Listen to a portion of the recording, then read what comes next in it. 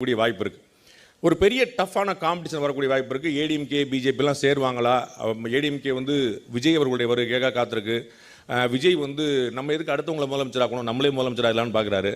அதுக்காக வந்து போன வருஷம் உங்கள் கூட, போன தேர்தல் உங்கள் கூட இருந்தவர், இந்த தேர்தல் அவங்க கூட இருக்கிறாரு. அது வந்து ஒரு பெரிய ஒரு கான்ஃபிடன்ஸ் எல்லாரும் கொடுத்துருக்கு. ஸோ பிரசாந்த் கிஷோரே வந்திருக்கிறாரு, 2021 உங்கள் கூட இருந்தார் அப்படின்னு.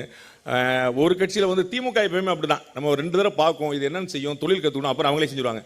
2021 வந்து பிரசாந்த் கிஷோர் வந்து என்ன பண்ணான்னு பார்த்தாங்க. அதுக்கெல்லாம் அவ்வளோ செலவழிக்க முடியாது, அடுத்ததில் நாங்களே பார்த்துக்குறோம், இவ்வளோ தானே, நாங்களே பார்த்துருவோம். சார் இந்த வருஷம் எதுவும் நமக்கு வந்து எலெக்ஷனுக்கு வந்து ஏதாவது ஆஃபர் இருக்காப்புல? இல்லை, நாங்களே பார்த்துருவோம். என்னங்க அப்படி நாமளே கம்பெனி ஆரம்பிச்சாச்சுப்பா, போர்டை மாற்றியாச்சு போ. அந்த மாதிரி வந்து செல்ஃபில் வந்து போட்டு அடித்தாங்க. 2021 எனக்கு நல்லா ஞாபகம் இருக்குது.